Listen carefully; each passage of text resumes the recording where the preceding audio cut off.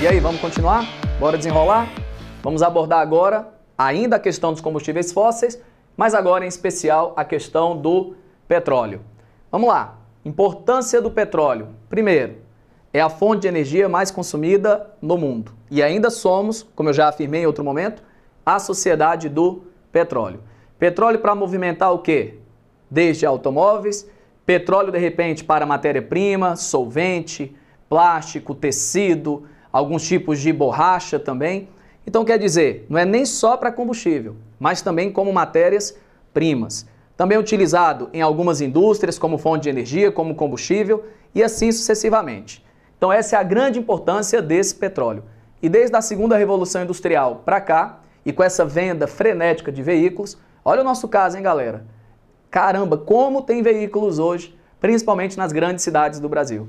De 2008, então, para cá, aliás, eu digo mais, desde o governo Lula para cá, se venderam muitos automóveis no Brasil.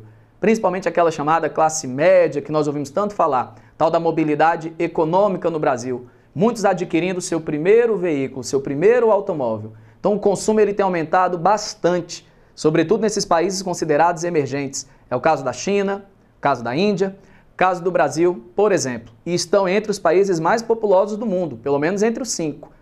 A China é o país mais populoso do mundo, a Índia, que é o segundo, e o Brasil, que é o 5º país mais populoso. E aí uma classe média hoje louca para consumir de maneira desenfreada, tome automóveis. E esses automóveis aí vão demandar muito combustível. E a base de quê? No caso do Brasil, sobretudo, principalmente gasolina. Embora tenha a questão do etanol, mas que vai ficar para outro momento aí para a gente poder conversar sobre isso. Vamos lá. Então está explicado aqui essa grande importância do petróleo para a sociedade capitalista atual, mas eu falei aí em combustível, eu falei aí em matérias-primas para plástico, solvente. Antes de utilizar, eu preciso fazer aquele processo chamado refino. O refino de petróleo. Não sou expert em química, não, mas uma dica aí para você, mais uma interdisciplinaridade, já que o Enem exige bastante. O nome do processo chama-se destilação fracionada. Consiste em que você vai aquecer uma mistura ali líquida contendo, no caso, o petróleo.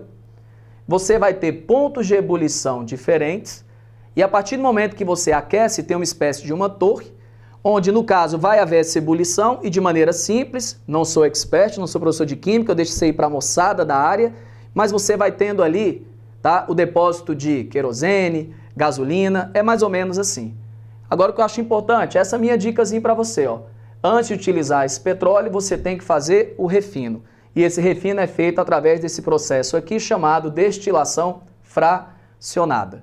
Beleza? Tranquilo? Vamos lá. Maiores reservas de petróleo no mundo. Então eu tenho aqui, se for no caso uma região, a gente vai falar em Oriente Médio.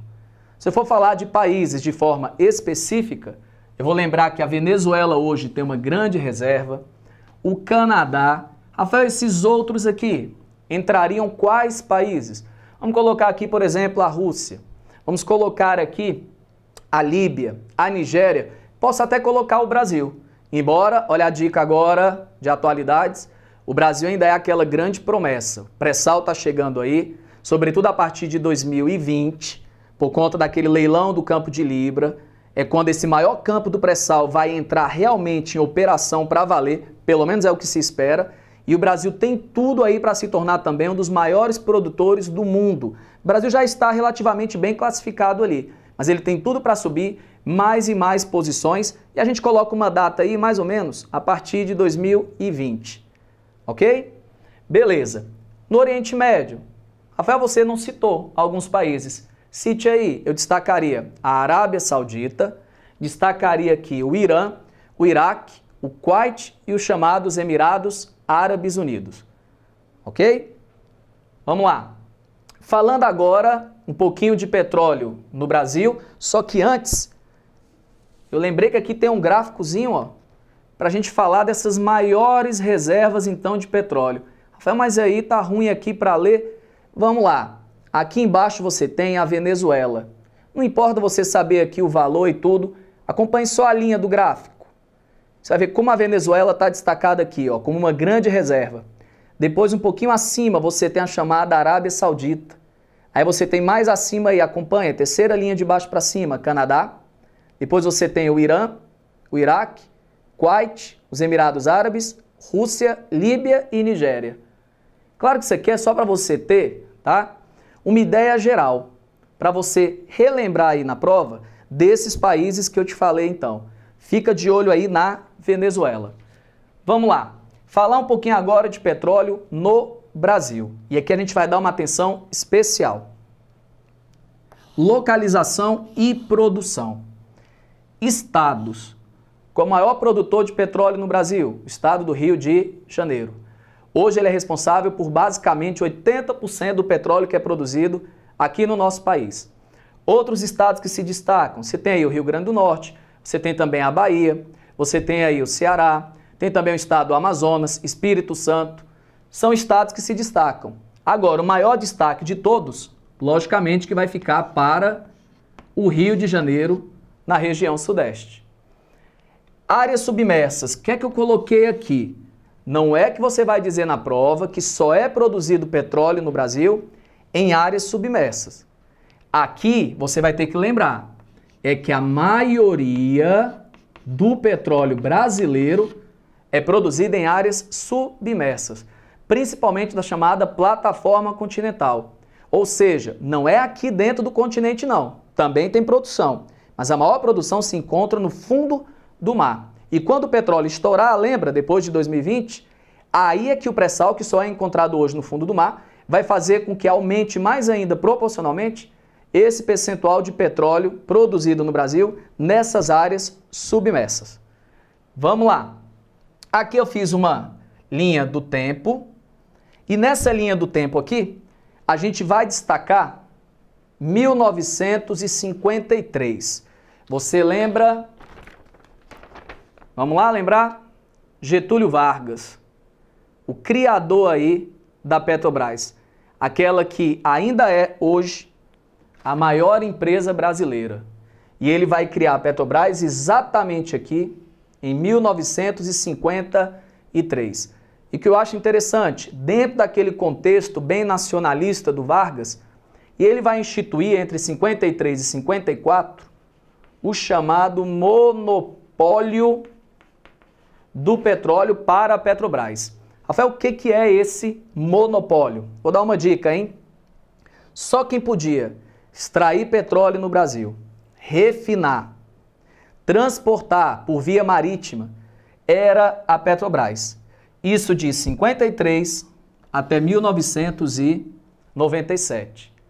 Rafael, e as outras empresas podiam fazer o quê? Uma Texaco, de repente, vamos pegar aqui outro, uma Shell, elas podiam fazer a distribuição dos derivados desse petróleo. Então, deixa eu dar um exemplo bem claro.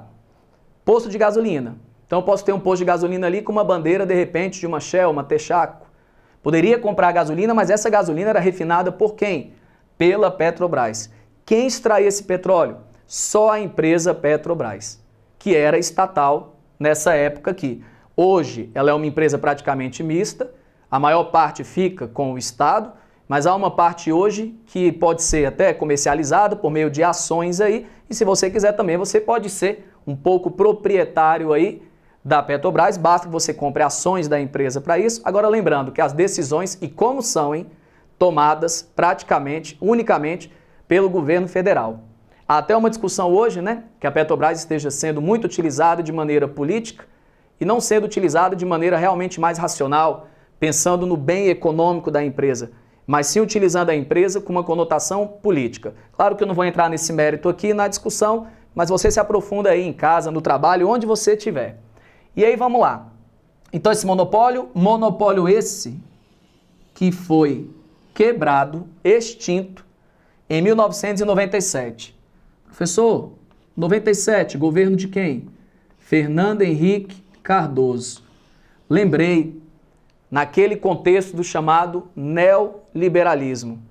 Neoliberalismo esse que fazia o quê? Pregava sobretudo a concorrência, o fim, tá, daquele favorecimento para as empresas do Estado. Então, dentro desse contexto, o que é que Fernando Henrique vai fazer?